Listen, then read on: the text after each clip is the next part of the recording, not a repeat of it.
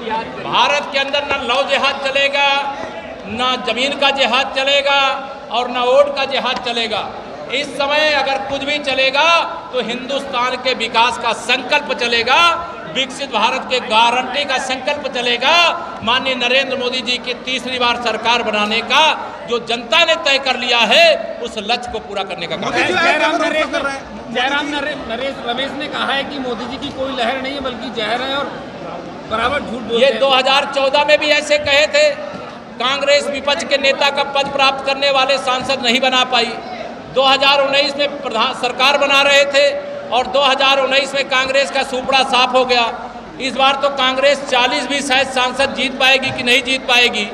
इंडी गठबंधन टाए फिस हो गया है और गप्पू और पप्पू की जोड़ी फेल हो गई। मोदी जी रोक कर रहा है कि मोदी जी और योगी जी को मंगलसूत्र से क्या मतलब लेना देना।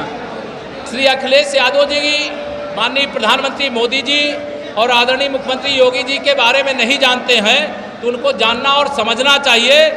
इस देश की किसी की भी संपत्ति है, उसका सर्वे कराने वालों के मन में क्या जहर भरा हुआ है वह सब मालूम है लोगों को। अभी कर्नाटक में एक आरक्षण का मॉडल कांग्रेस की सरकार ने खड़ा किया है, जिसमें ओबीसी का आरक्षण छीन करके मुसलमानों को देने का काम किया है और भारत का संविधान धर्म के आधार पर आरक्षण देने के खिलाफ है।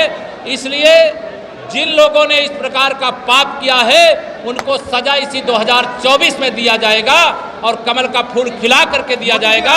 मोदी जी को पीएम बना करके दिया जाएगा और मोदी जी का रोड शो बरेली में भी हुआ है, अयोध्या में भी होगा, बहुत जगह सभाएं और रोड शो होगा।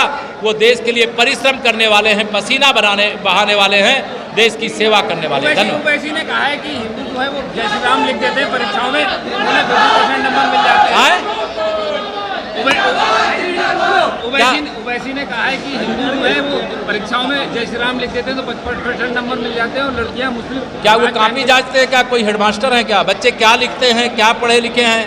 उन्होंने जो लिखा होगा, जो पढ़ा होगा, उसमें ओवैसी जैसे लोगों को सवाल उठाने का अधिकार नहीं है। इस देश में कमल खिल रहा है, मोदी सरकार तीसरी बार बन रही है।